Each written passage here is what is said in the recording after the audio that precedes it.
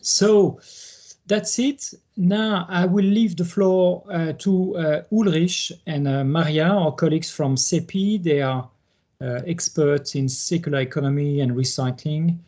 So Ulrich, sorry, the floor is yours. Yeah, thank you, Bernard, for the introduction. We will start with our presentation, and maybe just one word of caution. So it's not possible to cover really the full circular economy action plan. So what we did with this task, we said we will show what are the Cepi positions that we have in these areas of circularity and recycling, and then that is what I will cover, and then Maria will tell about the policy areas. Most of them are connected to the circular economy action plan, where we use these actually. So this is how we do that. We take 20 minutes for that, and then I understand Susanne comes in on 4evergreen. So Ulrich, let me share my presentation.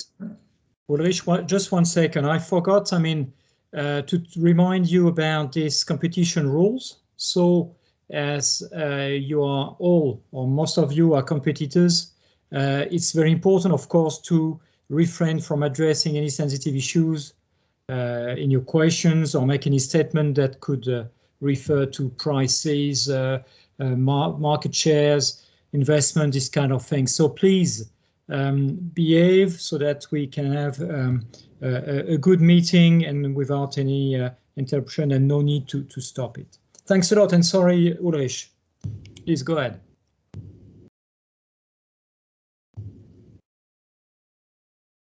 So you should be able to share your screen. Yeah, can everyone see it now? Yep, perfect. Good, so I'll go into this.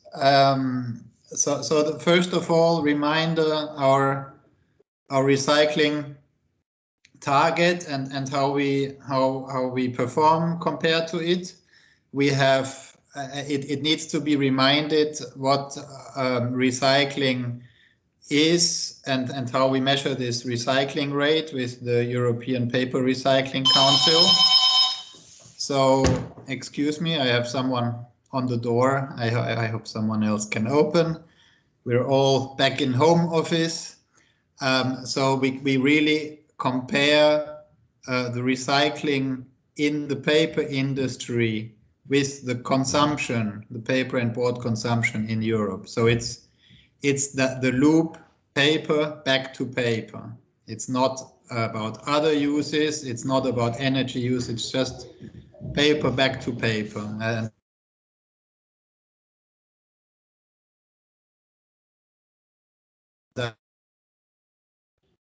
to make really this success story, we need to take action on all the stages of the cycle and that starts wherever you want to start it. But here we see that it starts with the collection of paper for recycling, and meaning separate collection of paper and board. And we have guidance on this, and we come to that.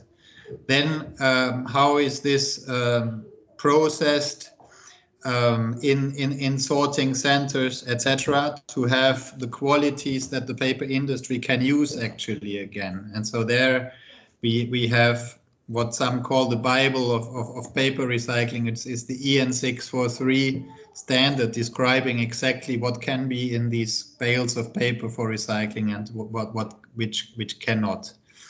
Then we have the paper mill. That's where we really reprocess and produce something that is equivalent to virgin pulp and paper.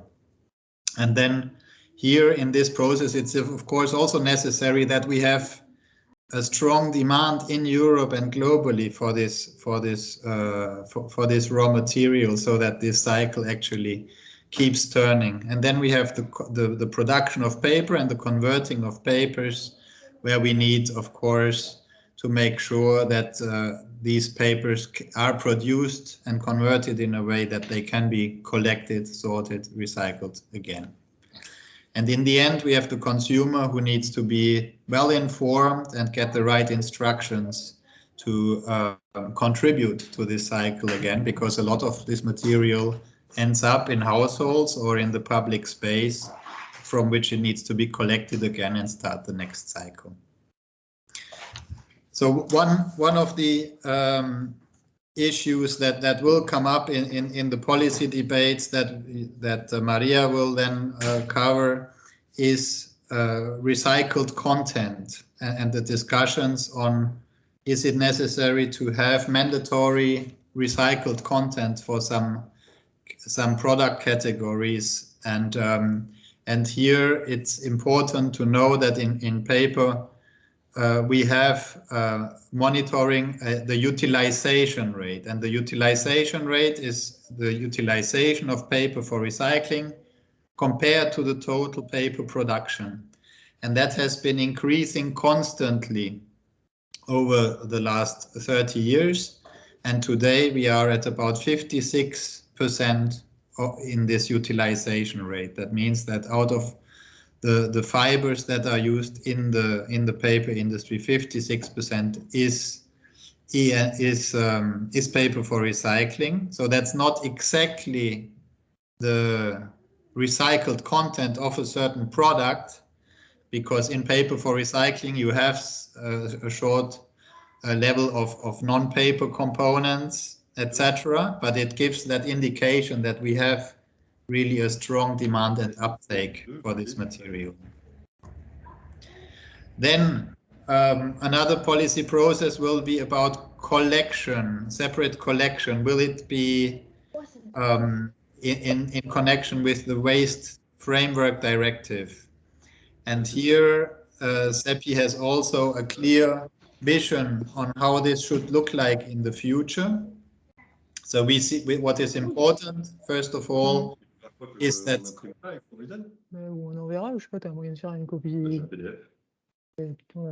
Sorry, please mute yourself if you're not talking in the meeting. Thank you.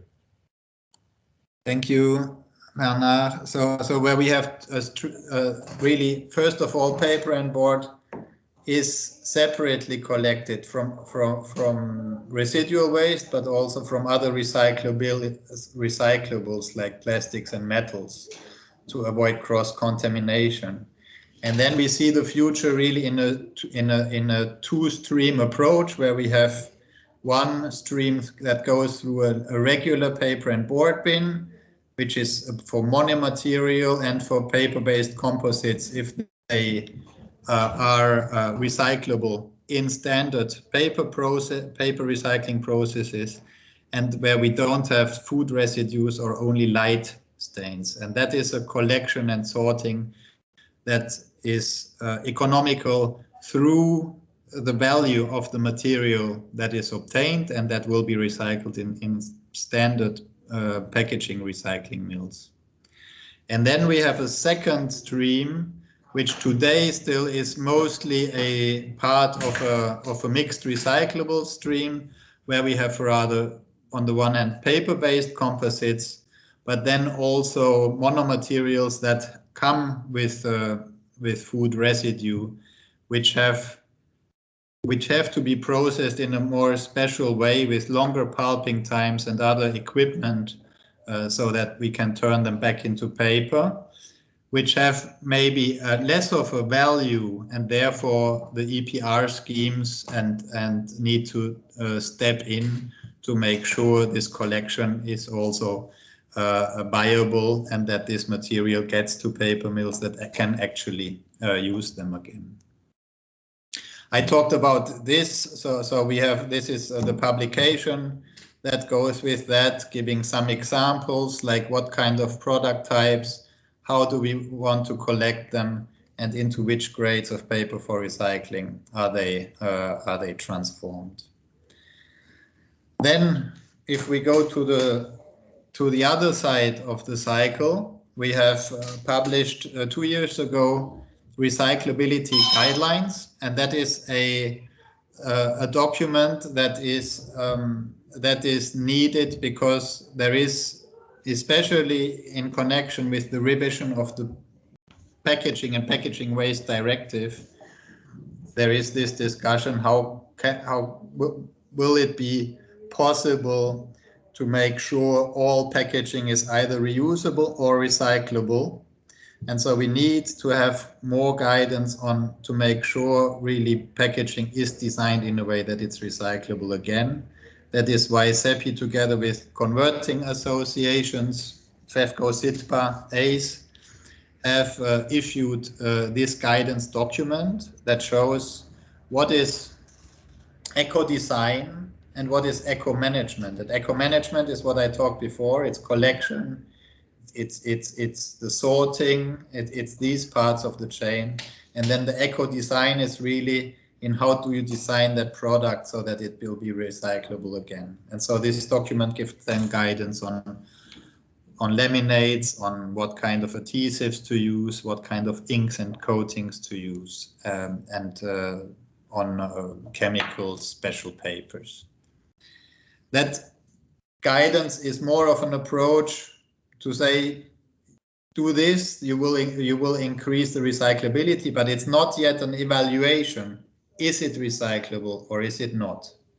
And to go that next step, we have in Cepi produced with the institutes a harmonized European laboratory test method to produce really the parameters that are necessary to evaluate, is a product then recyclable, is it not, is it recyclable in standard mills or only in special mills, or does it need de-inking, etc. And that is also available, and that is the last slide before I hand over to Maria. And also from here onwards, Susanne will tell you about how this is taken further in the 4evergreen project. Thank you very much. And I'm available for questions after the other speakers. Thank you. Thank you, Ulrich. Good afternoon, everyone. Can you see the presentation? Yes. Yes. Okay. Thank you.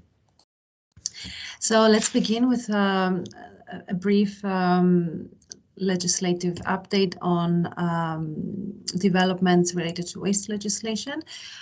The review of the Packaging and Packaging Waste Directive is ongoing. Summer 2022, we can expect the Commission to table its legislative proposal. The review of the Waste Framework Directive is envisaged for 2023, but already the Commission, DG Environment, has already started the preparatory work on different aspects of the directive, and among others, they are now exploring the possibility to develop EU-wide end-of-waste and byproduct criteria for different material waste streams. For this work stream, already a stakeholder workshop has taken place, and written stakeholder consultation. Cepi has participated in both. We have shared with DG Environment our written answers and our position on this. And by the end of this year, first of all, the DG Environment has already drafted a preliminary list of priority material. Paper is included in this list. And by the end of this year, they will finalize this list with the priority materials for further consideration. And they will select the first material for which they will actually develop EU-wide end-of-waste criteria in the coming years, so in the course of 2022 and 2023. At a later stage, after 2023, they might consider developing criteria for 2 to 3 more waste streams. DG Environment is also working, again as part of the preparatory work for the review of the Waste Framework Directive. They're also conducting a study with the Joint Research Center to an EU-wide harmonization of separate collection of municipal waste. Also for this work stream, of course, stakeholder workshops have taken place, and a written stakeholder questionnaire has been shared with participants. From Cepi, we have participated, we have submitted our answers, and workshops will follow also next year. And September 2022, we can expect the outcome of this work, of the study, which will look like a list of technical rules on operational aspects on separate collection. So for the review of the Packaging and Packaging Waste Directive, as Ulrich just mentioned, the Commission is considering different various intervention areas and policy measures, and among those are to impose mandatory reporting, first of all, and mandatory targets on recycled content for packaging, and also to develop a definition of what is recyclable packaging. As far as paper and board are concerned, paper-based packaging is concerned, Cepi doesn't see such mandatory targets as necessary. We believe we have already a well-functioning market for paper for recycling. We have sufficient demand and uptake and high quality of secondary raw materials to be able to ensure that the market is well functioning. And the major obstacle we see in further increasing our already high recycling rates, as Ulrich has shown you in the graph, and the already high uptake of recycled content, is the current lack of harmonization of separate collection of paper and board. In developing a definition of recyclable packaging, we think that this should be material specific and not from a one-size-fits-all approach. Already within the recyclability guidelines that Ulrich had just presented, Cepi, along with the converting associations, have developed a definition for recyclability of paper-based packaging, which is the suitability of paper-based packaging for its factual reprocessing in the post-use phase into new paper and board. And by factual, it means that separate collection into EN 643 grades and final recycling takes place at an industrial scale.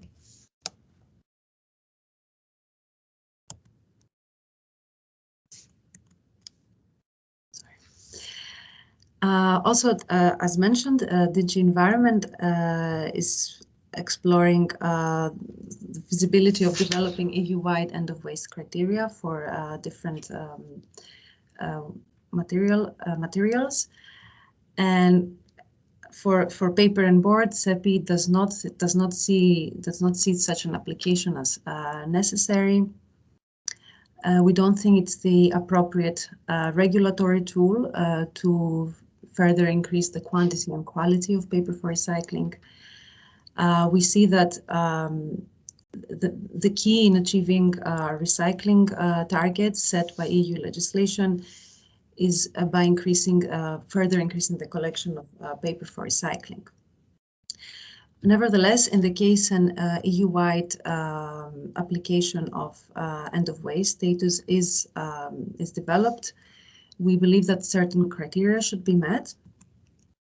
And before going through those criteria, I have included here an infographic to be able to visualize better the process. So from collection of paper from the waste stream until we have the final recycled pulp and recycled paper. As it is now, paper for recycling ceases to be waste right at the output of the paper mill. And under current legislation, the calculation points where you measure the recycling rates is at the input, right at the input of the paper mill. So where paper for recycling does not undergo any further processing before entering the pulper. In the case of an end-of-waste status application for paper, we believe that it's imperative that the current calculation points remain where they are, and that also an end-of-waste status is not granted before that point. But going more into detail, sorry, the presentation doesn't want to. Going more into detail, these are our conditions. So final recycling of paper for recycling should continue taking place at the paper mill. The calculation point, as I already said, should remain at the input of final recycling, so at the input of the paper mill. It needs to be clarified that paper reaching end-of-waste status is recovered from the waste stream and as such has obtained secondary raw material status, but is pending recycling.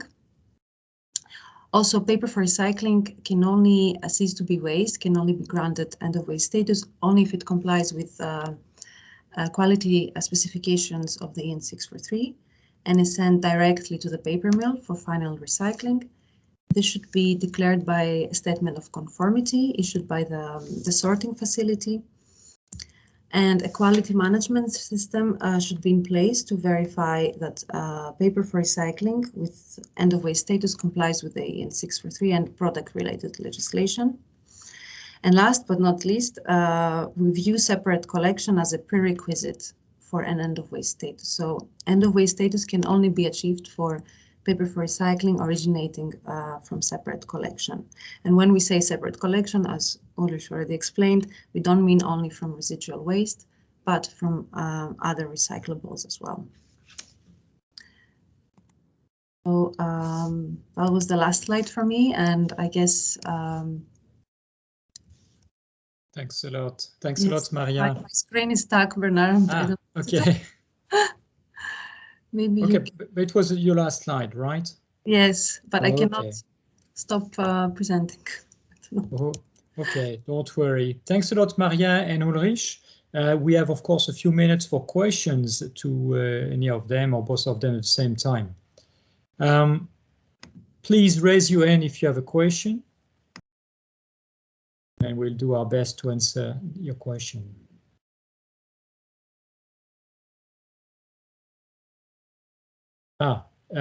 Please, Ulla Gürlich, please put your question. Yes, hello, Ulla Gürlich from a special paper mill in Austria speaking. So now you can see me also. When is this plan to publish those guidelines, especially the test methods would be interesting? Thank you. So who wants to take this question? Is it Ulrich or Maria? I can take it. So this test method is already published as a version 1, and so we can make it available to you with a note to stakeholders because it's a version 1, and yeah, we come to that I think with in connection with the 4evergreen project, where this is now tested on this basis in a really ambitious test program, and then we will see if we have then a second version of that, but that is for later. But the version 1 of this test method is already available and can be shared afterwards. Thank you, Ulrich, and maybe this is something we can circulate to everybody after this webinar. Okay, any other question? Thanks a lot. Welcome. Okay, if there is no other question, I would then kindly ask Susanne, our colleague Susanne from 4evergreen, to be on screen and share a slide. Thanks a lot, Susanne, for joining. So you're the program director of 4evergreen, and you have kindly accepted to give an overview and let's say an update on the progress, what is going on in 4evergreen. I know that there is many working programs and streams working at the same time, involving quite a lot of people. So please, the floor is yours. Thank you, Bernard, and thank you to the whole audience for having me this afternoon. Happy to give you an update on the progress of the 4evergreen Alliance. So let me start by sharing my screen. And just let me know if you can see it fine. Should be in a presentation mode. Yes, yes, very good. All right. Good. So, and my presentation would run around 20 minutes, then we can extend it a little bit. I have one more topic that I can share, but we can also directly then go into a discussion. I will ask you in due time. And I have presented in this format already a couple of months ago, Bernard, I seem to remember, but I'm still not sure if it's the same people on the call, so I think it might still be valuable to explain a few of the key parameters of our alliance. And I hope I do not bore anyone who already knows it, but I think it's interesting enough to be repeated. So 4evergreen, what does it do? It brings together companies across the fiber-based packaging value chain that are committed to raising circularity and sustainability. And there is a strong connection to Cepi. We are a special committee of Cepi, and it has all more or less started with Cepi in 2019, when the first discussions around the Single-Use Plastics Directive have come up, and quite a number of brand owners has reached out to Cepi asking for clarifications on the implications of this directive. And in response to these questions, Cepi has organized a couple of workshops already with the whole value chain for fiber-based packaging, and everyone found it so beneficial and good to exchange ideas and perspectives and discuss solutions that at the end, during the last workshop, Nestle has called on the group to establish an alliance, and that's how 4evergreen came to life. Back then, we have had around 24 founding members, and today this group has almost it's almost 4 times the size it was at the beginning. And this is just an overview of the exhaustive overview of the member companies, and you see the different logos. Most of them are very well known, and they are sitting in the different segments of the value chain as you see it here. So it's pulp, paper, and board producers, chemical suppliers, packaging producers, brand owners, food service and retail, waste management and EPR schemes, and technology providers. And this is just a very latest news, hot off the press, I can share with you. So we are pending steering group approval, 87 members. On the brand owner side, we are really proud that we have 2 real heavyweights that have joined over the couple of last days. It's Apple and it's Unilever. And then all the other segments are growing pretty nicely as well. But I think these 2 brand owners are are worth a special mention. So here's our aim, goal, and approach. Our aim is to contribute to a climate neutral and sustainable society by perfecting the circularity of fiber-based packaging. And we have also given ourselves a clear key target to be met by 2030, which is to raise the overall recycling rate of fiber-based packaging to 90%, from 83, as you know, as it currently stands. And we also know that all the low-hanging fruits have been harvested already. So that's why we focus on the types that perform low today, and that's in particular household and on-the-go food packaging. Our approach is holistic. I've already said we have members in all the different segments of the value chain, meaning that the experts that discuss and share information and best practice in our work stream, they can tackle ideas from the different perspectives and iron out any challenges at the interfaces from the beginning. Everything started in January 2020, so it's almost 2 years. We always feel we are not fast enough, given that we are also dealing with some sort of a window of opportunity from the policymakers and consumer side. But then when we look at the achievements that we already can announce, then we see it's not that bad. So there is 3 numbers, or maybe 2 numbers, that I would like you to take away from that busy slide. The first number is 133. That's the number of experts that we currently have in our work stream. So it's really an army of experts that is sitting together and thinking and creating content and drafting the guidelines. And then 3 is another number, because 3 guidelines have been drafted. We have 5 different work streams, and 3 of them have a very specific deliverable, and they are, let's say, they have started the descent into the landing phase, which is the publication, the official or formal publication of the guidelines and the protocol. So 133 and 3. Then here is just an overview of the 5 work streams we currently have. 4 of them are technical work streams. These are the ones you see in light green, work stream 1 to 4, and then work stream 5 in light gray, that's our communication and outreach work stream.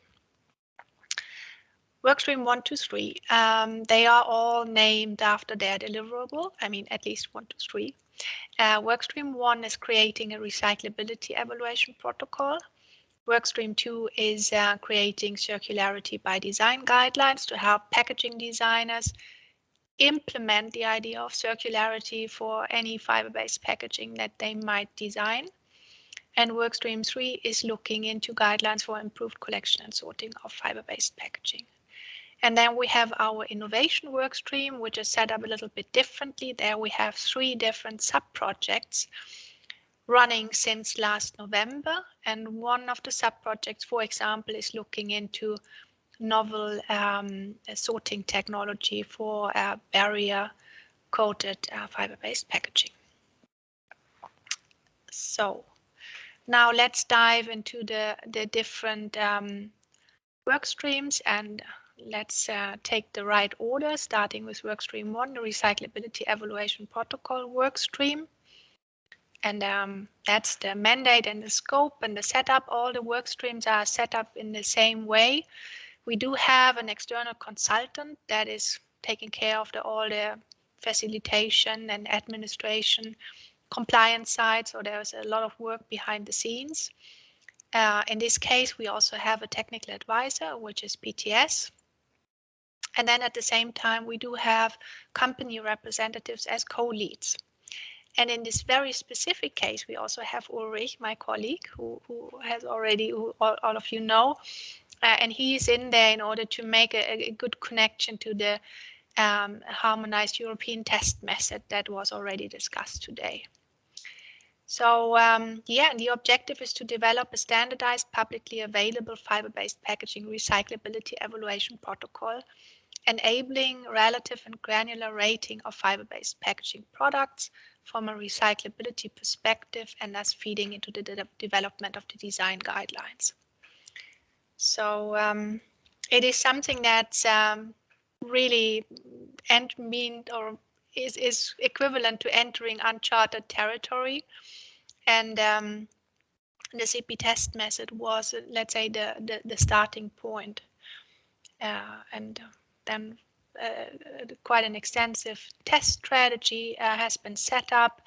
That is the first parts of it have been completed. So that's how it will more or less look like. And what's important for you to take away is that we, or the workstream 1 has set up the protocol in a way that it will have 3 different parts. Part A will be corresponding to a standard mill. Part B is the inking mill setup, including a flotation process. And then we will have as a part C what we call an enhanced process, so which is necessary in order to recycle laminated fiber-based packaging products, for example. And this part E is somehow really nearing completion. So we expect to have it at the end of this year, beginning of next. Then the work on the de-inking part, the part B has already started. There's quite a lot of ground already prepared, also by Ingede. So that's not that much of, it's still a lot of work, but we expect that in Q2 and Q3 this version would be finalized, and then the enhanced process part C is really the big piece of that needs to be addressed in the course of next year, so that we will have that in Q4 as well. So here's just a short look into the timelines of the different parts. As I've said, part A, end of January, it is expected to have the review consultation process completed. Part B, yeah, a few steps have already been done, as I've said. So now we are going into a dedicated testing on samples of interest for part B, and then the drafting of this chapter will follow, and then a review phase. And for part C, the test procedure is still under discussion, and the draft will be made available in December, and then the next steps will follow, including also again, we anticipate to have the need for quite a substantive test strategy there as well. So that's the update on Workstream 1, Recyclability Evaluation Protocol. Then let's take a short look into the fiber-based packaging design guidelines. Here again, it's the same setup. We have the project coordination is done by Campus Vienna, who do already have extensive expertise in this topic. And then we have 2 company representatives from paper and board maker segment, and then another one from the converter segment.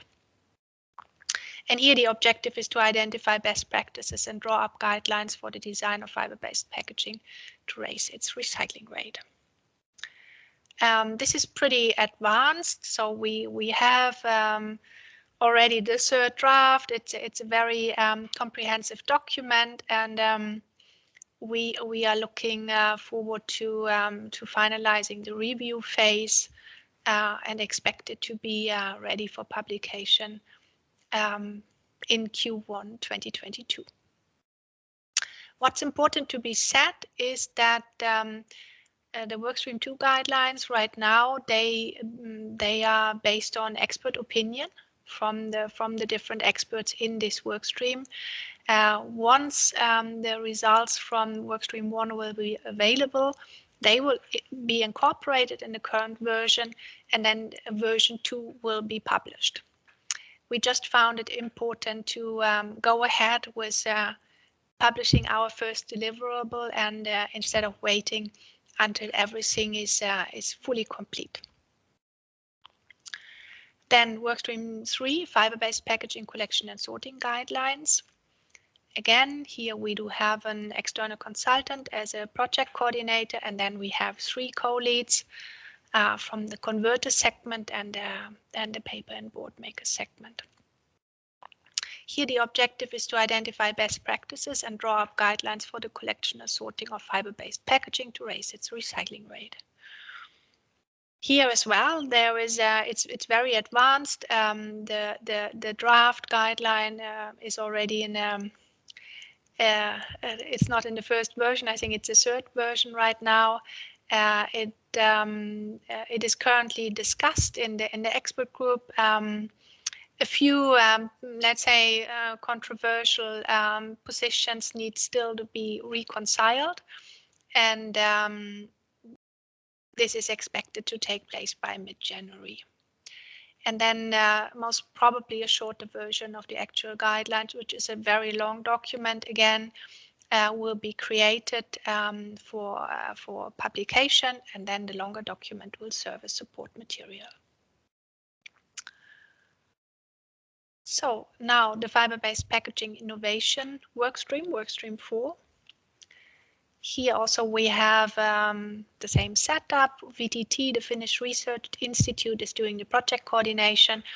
And then we have 2 co-leads right now from a converter and from a paper and board producer and pulp producer. And here the objective is to examine and highlight innovations in the area of sorting, recycling, and material selection that can help increase and ensure future circularity of fiber-based packaging. As I've said, we do have 3 different sub-projects right now, or since the beginning, running since last November. Sub-project 1 is focusing on the sortability of barrier packaging. Sub-project 2 is looking into novel recycling technology. And sub-project 3 has a pretty difficult name. It's called Comparative Recyclability Impacts. And this is all more or less in the same area, end of life of fiber-based packaging. So what has been done so far? Until the summer, a lot of different technologies have been, technology providers, suppliers have been invited to present their technologies and to take questions, and then those have been evaluated in a competition compliant way. We have created an internal technical report on all the different sub-projects that has been released before the summer pause. And it's now really about identifying the most promising technologies to then start test trials. So that's about to start at the beginning of the next year. So then there is something from workstream 5 that is, I think, important for you to know, and also that you might be able to dive even a little bit deeper into the project. So on November 30th, next Tuesday, in the afternoon, we will have our second outreach event. It's called A Circular Future for Packaging, Perfecting the Circularity of Fiber-Based Packaging Together. And everyone is invited to join. So please, all of you, do also spread the word. And it will really offer a deep insight into what we are doing. The event is divided into 3 parts.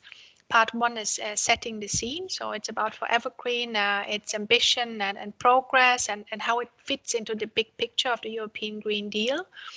Then in the second part, we will have breakout sessions where the workstream 1 to 4 deliverables will be presented, followed by a panel discussion with the co-leads.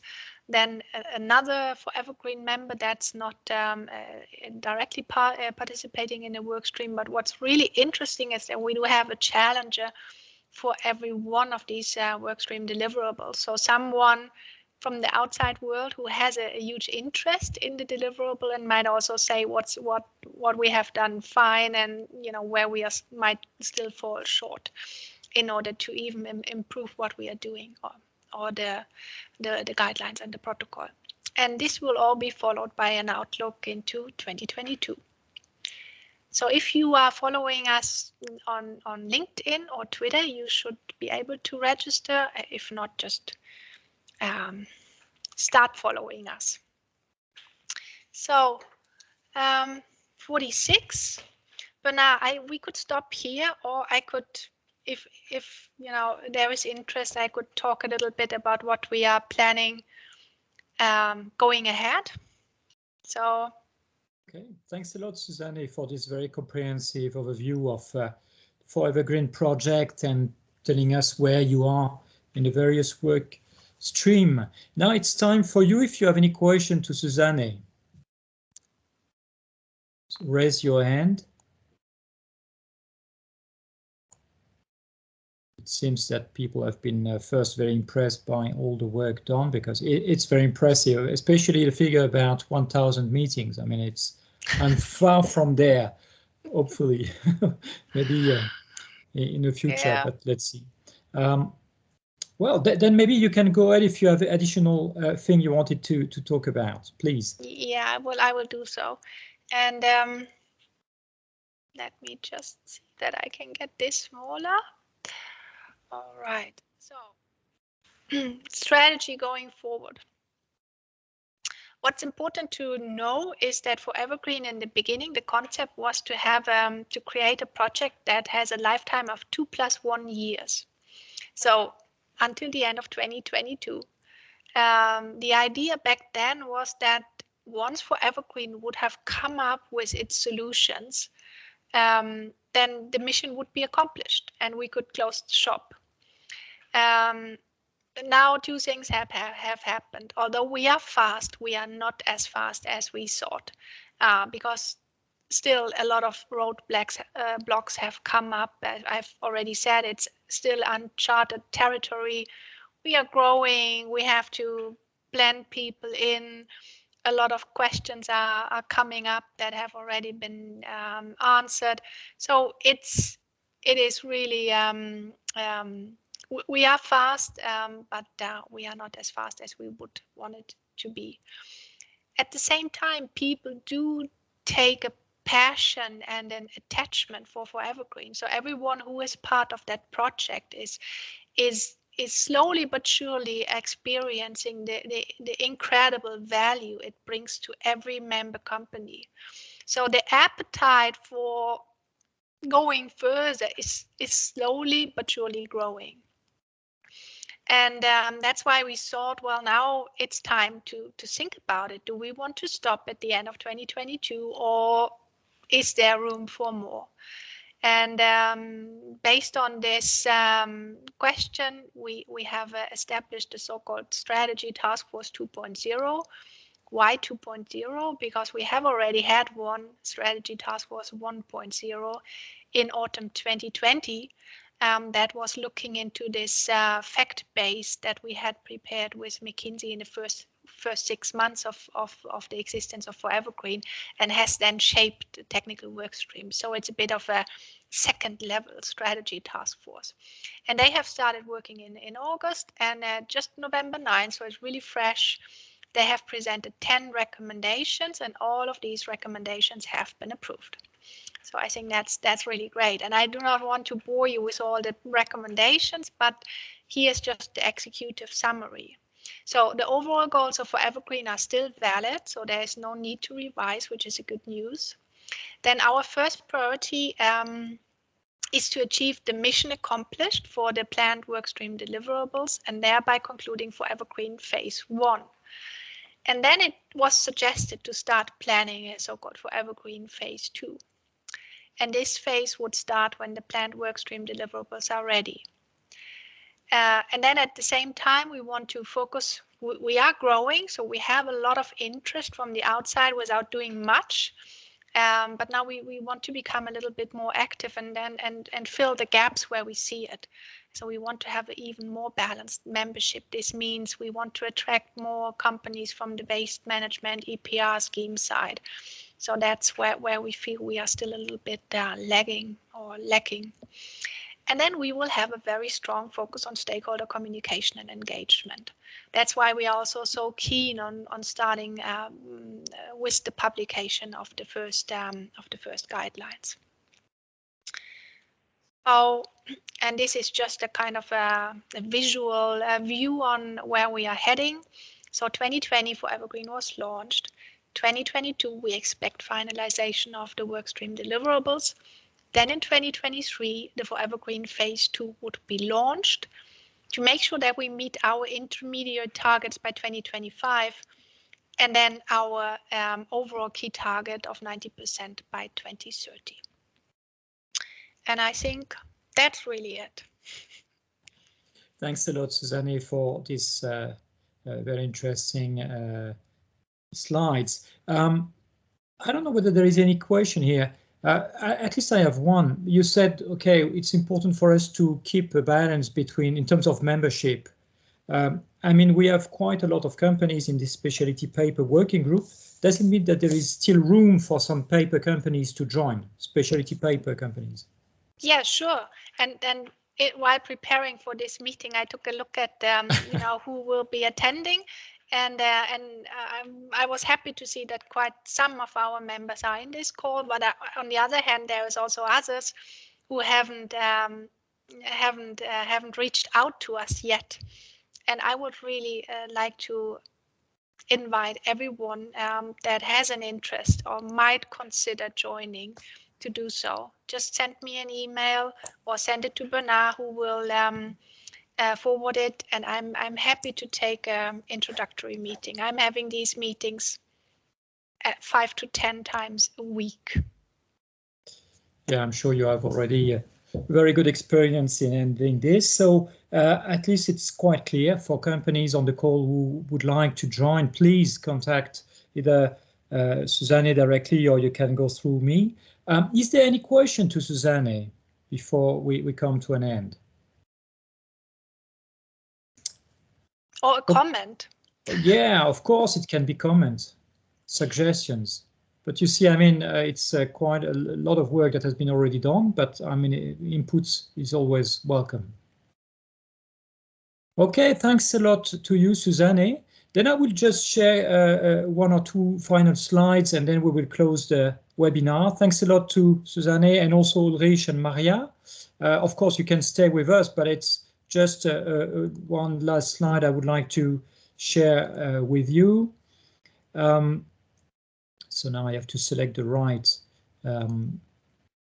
slide. So you should see my slide. So as you see, it was the third webinar we were thinking of for this year. Oops, now you should see it properly.